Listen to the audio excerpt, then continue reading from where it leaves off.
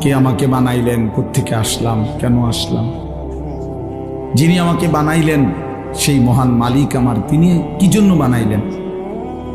আমি যা করছি এটাই কি তিনি চাচ্ছেন কিনা? আর তিনি যা চাচ্ছেন আমি তা করছি কিনা?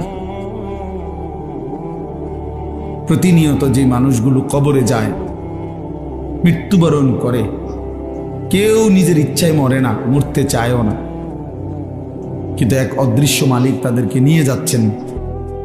কেন নিয়ে যাচ্ছেন? কোথায় নিয়ে যাচ্ছেন? শেষ পর্যন্ত এর পরিণতি কি?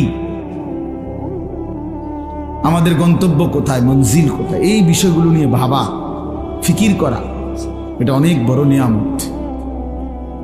আর শুধু দুনিয়া খাইলাম, ঘুমাইলাম, পেশাব পায়খানা করলাম, যৌন চাহিদা পূরণ করলাম, লজ্জাস্থানের চাহিদা পূরণ করলাম, যা মন চায় তাই করলাম।